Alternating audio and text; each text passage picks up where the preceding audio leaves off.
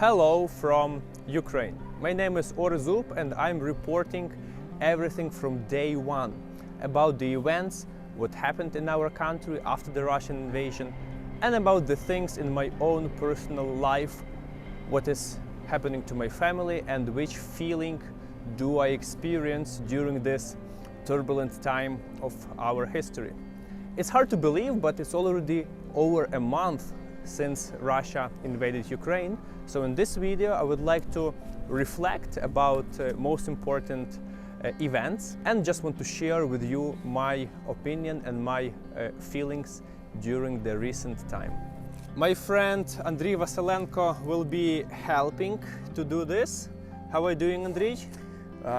I'm fine, thank you. I think it will be interesting because we are both representing different parts of Ukraine. I was always in Lviv, the city which, if it's possible to tell like this, remains relatively untouched by the war, while Andriy had to flee his city, had to evacuate his family. I did have to do this too. But anyway, our experience is different, right? And probably with our discussion about the recent month in Ukraine, we are going to find something in the middle to understand the atmosphere, the approach, what people might experience. So Andriy, like, do you remember the first day of the war? I remember it clearly. It will always be embedded in my mind, everything. But well, it was surreal. We just woke up at 7:30 a.m. and we didn't wake up to alarm clock, but to a call from reception of our hotel. And they asked if we had the bottles, the empty bottles for water, and that was weird. But they came, I gave them the bottles, and then we read the news. War began. Strikes across all the Ukraine, and it was like, it has happened. It cannot believe it, but that was the beginning of it, the anxiety, uncertainty. No one knew what's going to be next, if Ukraine stands long. And but the next day, it was apparent they gonna attack Kyiv. We were in Kyiv. It's unbelievable they attacked the capital. And so we could not take it anymore with the kids. And we decided to evacuate the kids out of Kyiv to Lviv. Evacuation train, hard trip, but we made it. And then my wife and kids went to Poland, and I stayed here in Lviv, doing my job, applying my skills to help Ukraine the best way. You know, like, as for me, I clearly remember the evening of February 23rd. I was sitting with my friend in a cafe, having cappuccino, and we were like discussing our plans for the future, about traveling, about some business ventures, about the development of my app. And, you know, talking a little bit about the possible war. Then we went home, and I remembered clearly at 5 a.m. my friend called me, like, he told Orest, it has started. Like, what? The war, he told me. It still felt very unreal. You know, I scrolled through the social media, went through some news, and yeah, it was like messages like, this city, that city is attacked. Eventually, within the first couple of hours, Russian army attacked 70 different targets, and I started seeing from my window the lines of people who are trying to take like cash from the ATM. The mess in the city appeared. People started to run, you know, buy water, toilet paper, to put some petrol into the car. So it was like a really large, massive panic, which happened all around the huge country of 44 million people. So you can imagine people rushed to their cars, the traffic jams. It was total collapse. And like, do you remember the feelings? Like, I remember this terrible, terrible fear that you don't know how to respond. And just think of it, guys, like when you have like the huge country being blasted with 70 different missile attacks all around the country, as a human being, you start feeling that the next rocket can go directly to you. Yeah, it felt like there is nowhere to hide. And then those like airstrike alarms, do you remember, like going down all the time with children crying and so on? Of course I remember, and those were the worst 2 days in my life, because the uncertainty, what's going on, what's going to happen next, is just it's anxiety, crippling anxiety. And these feelings, the emotions, they faint with time. So it's good we now capture them, because in a year we might not assess these feelings adequately, only what we have felt. I don't remember the fear just defined, but again, anxiety and focus. What are we gonna do? What should we leave Kiev? Should we stay? That thing, uncertainty, that was the prevailing. Then it was just the exhaustion. We could not sleep well. We slept in our clothes first night, then we decided to go on a vacation train. Exhaustion took a lot of emotions. And remember, the first couple of days, there was no emotions at all. Mm-hmm. Just flat. Yes, compression of emotions. No anger, no happiness, just this. And that's what the combination of the huge stress, ongoing, plus physical exhaustion, and not knowing what's gonna be next. Maybe that's the reaction of the organism, but that was the first day.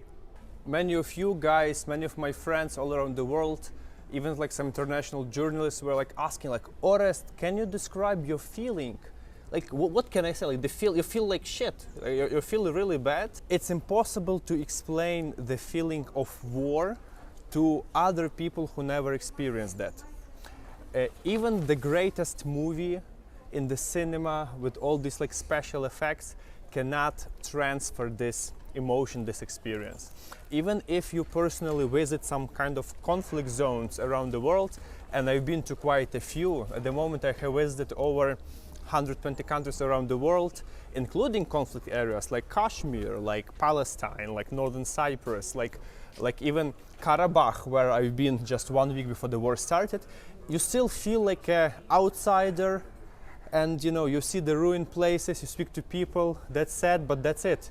But when the war comes to your home and your loved ones are under direct danger, that's a terrible stuff, guys. So that's why my family fled abroad. I mean, at least the female part of my family, my sister, my mother, my nephew, and other sister.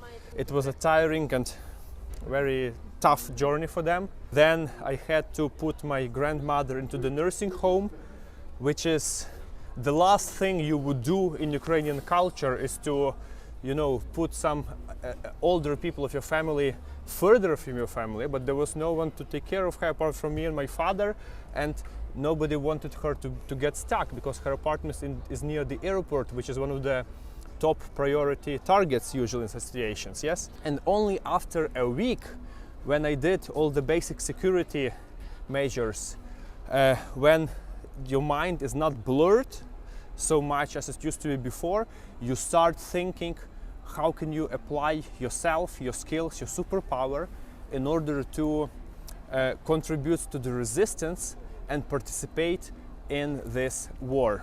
So what are your skills? Like, what did you decide to do?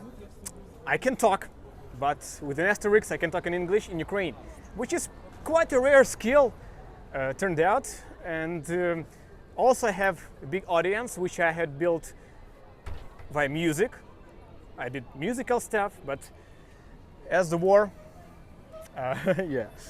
began, music just stopped, of course, and I left all my instruments in Kiev, and I decided just to, everything I learned, all the skills I acquired and knowledge about how YouTube works, make videos and talk to people in English from Ukraine, and just do it to tell people what the situation in Ukraine, the spirit of the people, how we feel about it, and what's next, in our opinion.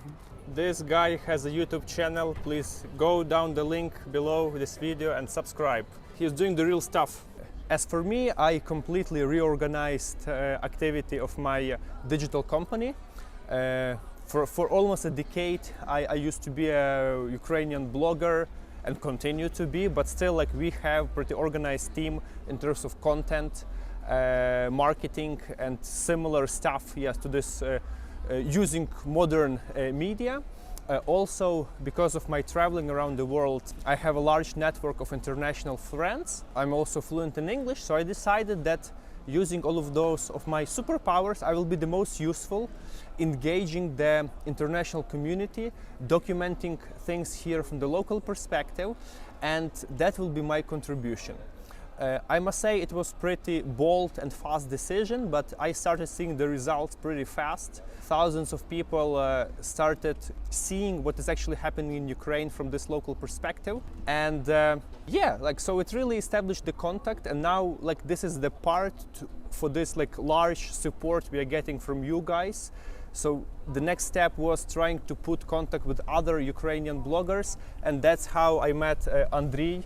There are much more people around. If you're following somebody, just feel free to write down in the comments below. We are organizing the Ukrainian bloggers army to participate in this resistance, guys, and I believe that's very, very important. So what you've been doing, like, as I understand, your family is now abroad as well. Like, what are your plans now? Got no plans. My family is safe, secure, fed, and that's a huge weight on my shoulders to know they are safe. And now I'm here just in Lviv, in the western part of Ukraine, trying to do my part. Do you feel safe here? Yes, but I've been in Kiev in the first couple of days, so I have a little bit of recollection of what could happen. You know, we are in Lviv feel like relatively lucky because there is no raination, even though the city is preparing and, for example, wrapping up the architecture. Yeah, you know, we see what we can expect, and what Lviv is doing the best now is hosting 200,000 refugees, is doing a lot of humanitarian work, a lot of logistics to back up our guys on the front line, and we understand that everybody is participating in this war because this is the only land we have, and we are fighting for the truth, and we are fighting, guys, also not only for ours but for your security as well.